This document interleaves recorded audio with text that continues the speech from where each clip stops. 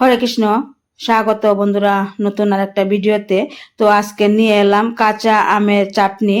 এই কাঁচা আমের চাটনি প্রচন্ড গরমের দুপুরের খাবারে শেষ পাতে থাকলে একদমই দারুণ লাগে, আর যে একবার খাবে বারবার খেতে ইচ্ছা করবে। তো আমি কিভাবে এই কাঁচা আমের এই চাটনি তৈরি করলাম, আপনারা অবশ্যই আমার এই পুরো ভিডিওটা দেখতে থাকেন।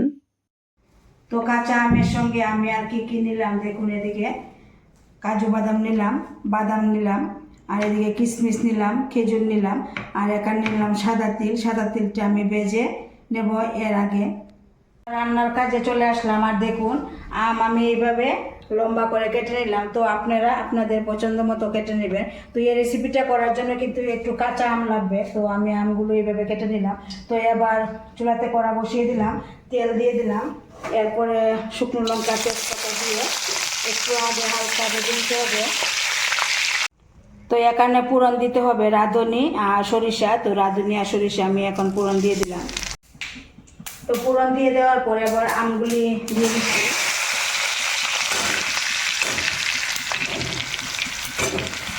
তো এবার দিয়ে দিতে হবে পরিমাণ মতো হলুদ, পরিমাণ মতো লবণ। দিয়ে দেওয়ার পর হালকা নেড়ে চেড়ে দিতে হবে, একদম তেলের সঙ্গে মিশিয়ে নিতে হবে। এবার অল্প জাল লঙ্কা গুঁড়ো দিয়ে দিতে হবে। তো এবার আর একটু হালকা নেড়ে চেড়ে দিতে হবে। তো এবার ঢাকা দিয়ে রাখতে হবে 2 থেকে 3 মিনিটের জন্য আমগুলো সেদ্ধ হওয়ার জন্য। তো এখানে কোনো জল দিতে হবে না, জল ছাড়াই আমটা সেদ্ধ হয়ে যাবে, আর অল্প আঁচে রান্নাটা করতে হবে। আর এদিকে আমি পেস্টটা তৈরি করে নেব।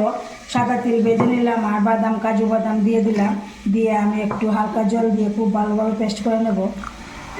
এবার ঢাকনাটা তুলে নিলাম। আম এখানে 50% সেদ্ধ হয়ে গেল। তো এবার একটু হালকা আবার নেড়ে চেড়ে দিতে হবে। তো এবার জল দিয়ে দিতে হবে পরিমাণ মতো। তো জল দিয়ে দিচ্ছি। তো এবার দিয়ে দিতে হবে খেজুর, খেজুর দিয়ে দিলাম, এরপর কিশমিশ। এবার দিয়ে দিতে হবে চিনি। তো চিনিটা আপনারা কম বেশি করে নিতে পারবেন। সব কিছু দিয়ে দেওয়ার পর একটু হালকা নেড়ে চেড়ে নিতে হবে। এরপর এখানে 5 মিনিটের মতো রান্না করতে হবে। তো 5 মিনিট রান্না করে নিলাম। তো এবার পেস্ট করা এই বাদাম আর সাদা তিলের এই মিশ্রণটা দিয়ে দিতে হবে।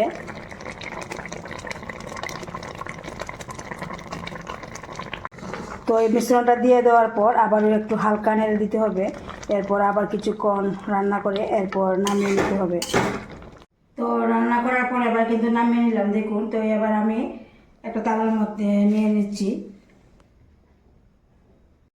তো কেমন লাগলো বন্ধুরা আমার এই কাঁচা আমের এই চাটনি যে তৈরি করলাম?